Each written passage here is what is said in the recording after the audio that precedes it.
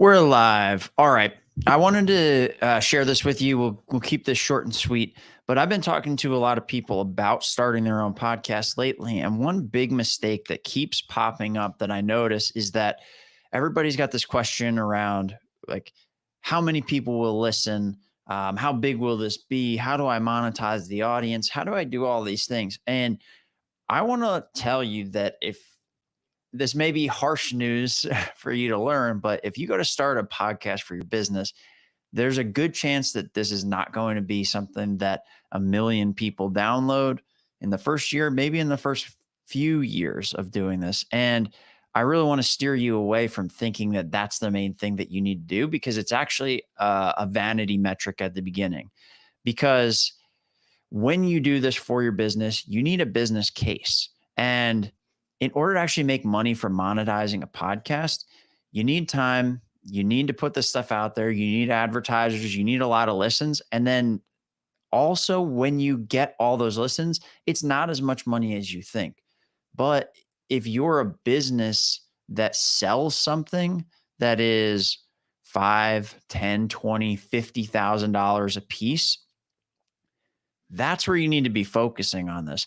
The amount of money that you'll make from advertising is going to be a fraction of the size of one of your deals. And I think a lot of people focus on this number of downloads and then they talk themselves out of doing a podcast because they don't see the path to getting this. And they think that this is where the success is. I don't have millions of downloads on our stuff. It's only until recently that we're approaching the 100,000 view mark. And that's just consistently over time of putting out clips and doing all of that kind of stuff. But where the real value sits for all of this is actually the relationships that you create with the guests on your podcast. Now, if you're in business and let's say you're a sales rep and you have a podcast that's related to your business or related to your industry, you obviously don't want to make this a sales pitch. There's people out there that do that. I think it's a little sleazy, and I think that people are going to know that right off the bat. Where this comes into play is if you can sit down and talk with somebody for 30 minutes to an hour, the chances of them saying yes and talking to you and being willing to do it are much higher. And also, if you sit down with them and talk about their business, get to understand what they do, who they are, maybe something particular about themselves that they don't share with a lot of people, but are important to who they are as a business owner.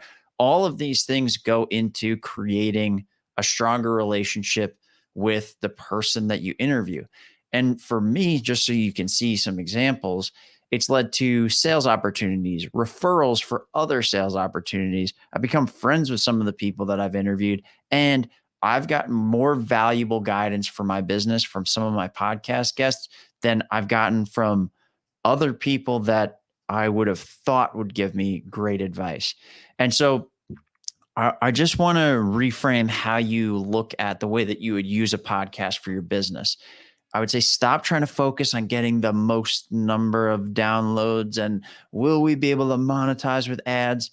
I'm going to tell you right up front, there's a good chance that if that's what you're banking on, you're going to fail before you get to that metric, because the amount of money and time that you put into it to get out ad dollars is not going to be worth it. You might as well not do one and just spend that extra time trying to sell people if that's going to be your metric, because you won't see the ROI. Where you will see the ROI at the beginning, when there aren't more than 50 people listening to an episode, is that relationship that you created with that guest. So now put yourself in the perspective of either a sales rep or a business owner that goes out, and if you did one a week, you'd be interviewing 52 people in a year. Let's call it 50. You took a couple weeks off. If you sat down with 50 people and talked to them, if they're professionals in your industry or they're in an industry that you're trying to sell to or that you want your company to work with, what is the likelihood of those guests answering the call when you pick back up? Sure, you may not end up working together because maybe it's not a good fit, but where does that stack in comparison to a random meeting that you book with someone else?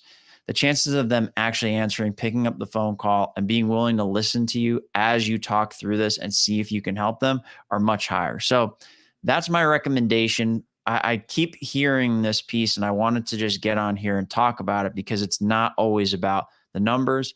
You have to start looking at these things from a different perspective. And one of those key perspectives is that relationship that you create with these guests. I'll get off my soapbox now. I hope that you guys have a great weekend, and I will see you next week.